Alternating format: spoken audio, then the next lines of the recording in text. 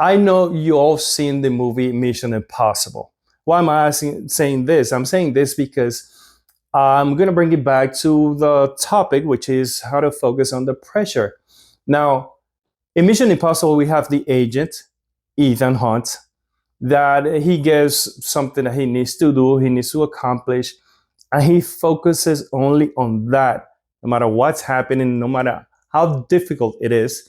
He focuses on the things that he needs to do, and he always thinks like 10 steps ahead of things that might happen so he can be on the lookout, he can be alert, and he can be ready because he needs to accomplish something. I know what you're gonna say. I know you're gonna say that this is play pretend, it's movies, it's not real life. Yeah, but we can bring that back into real life. Let me give you an example. I know that you know who Tom Brady is. Now, Tom Brady in Super Bowl 51, I remember they played the Falcons. The Falcons were beating on the New England Patriots the whole game. It was the fourth quarter. It was 8 minutes to end the game, the Super Bowl. And Falcons were up 28 to 12. 28 to 12, 8 minutes to finish the Super Bowl 51. I saw an interview where Tom Brady said that he couldn't win the whole game in one play. So he needed to focus on one play at a time. Not just that he said that he had to be calm, cool, calm, and collected, like they said. Because if he was like that, then everybody in his offense was going to feed off of that. And in fact, the defense did that too. Now, why is that important? Imagine it's 28-12, fourth quarter, 8 minutes to end the game, and they come back and win the game. Now, some people say that the game was sold. I don't know. I wasn't there. I didn't see anybody selling the game. But that's what happened. Now, Tom was able to focus on the pressure and on a lot of pressure. Okay, yes, it's a game. I understand it's a game, but still, it's this pressure. You want to win the game because it's the Super Bowl, because there's money involved, because all the other stuff that is involved in a Super Bowl. Yes. Now, you can imagine somebody in your house, somebody near you that is like that can focus to a point that, he or she doesn't know what else is happening, but they are on target, on point. You can do that too. If you play sports or in life, you can do that too. What things can you do to focus like that on the pressure? The number one thing I would say is to think about the worst case scenario, meaning what it is, that thing that you need to do. What's the worst case scenario? Okay, what happens if you don't do that, or if you do it? What's the worst thing that can happen to you or to the situation in general? And then you backtrack from there. Okay, if this happened, I can do this other thing. That's why I mentioned Ethan Hunt and Mission Impossible, because he was like 10 steps ahead of whatever was happening. Sometimes things didn't happen the way he thought it would happen, but he will think on his feet, pretty much like Tom Brady did in that game too.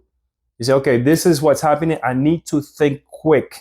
I need to respond quick, not react. I need to respond quickly. So he did. Now, in life, you can do that. You can think about what's the worst case scenario, and then you backtrack it. You say, okay, I can do this one thing. I can do this other one thing. And I can do this other one thing. If A happens, B happens, or C happens. Yeah. Another thing that you can do is just practice with noise. Practice with busyness. When I was starting meditation, I think I wanted to become a Buddha per se. I wanted to meditate to the point that nothing bothered me. I'm not there. I get bothered a lot. Maybe not a lot, but I do get bothered. But the getting bothered doesn't bother me. Understand? So where would I practice meditation? I practice meditation in the middle of Times Square. If you've been to New York, or if you're from New York, you know that Times Square is a very busy place. So I will sit there in some stairs in Times Square, and I close my eyes, and I will listen to the different noises and make the noise part of my meditation. So it cost me a lot, I guess. I would get distracted every 2 seconds. I would get distracted until I started playing with the noises, and they became part of what I was doing.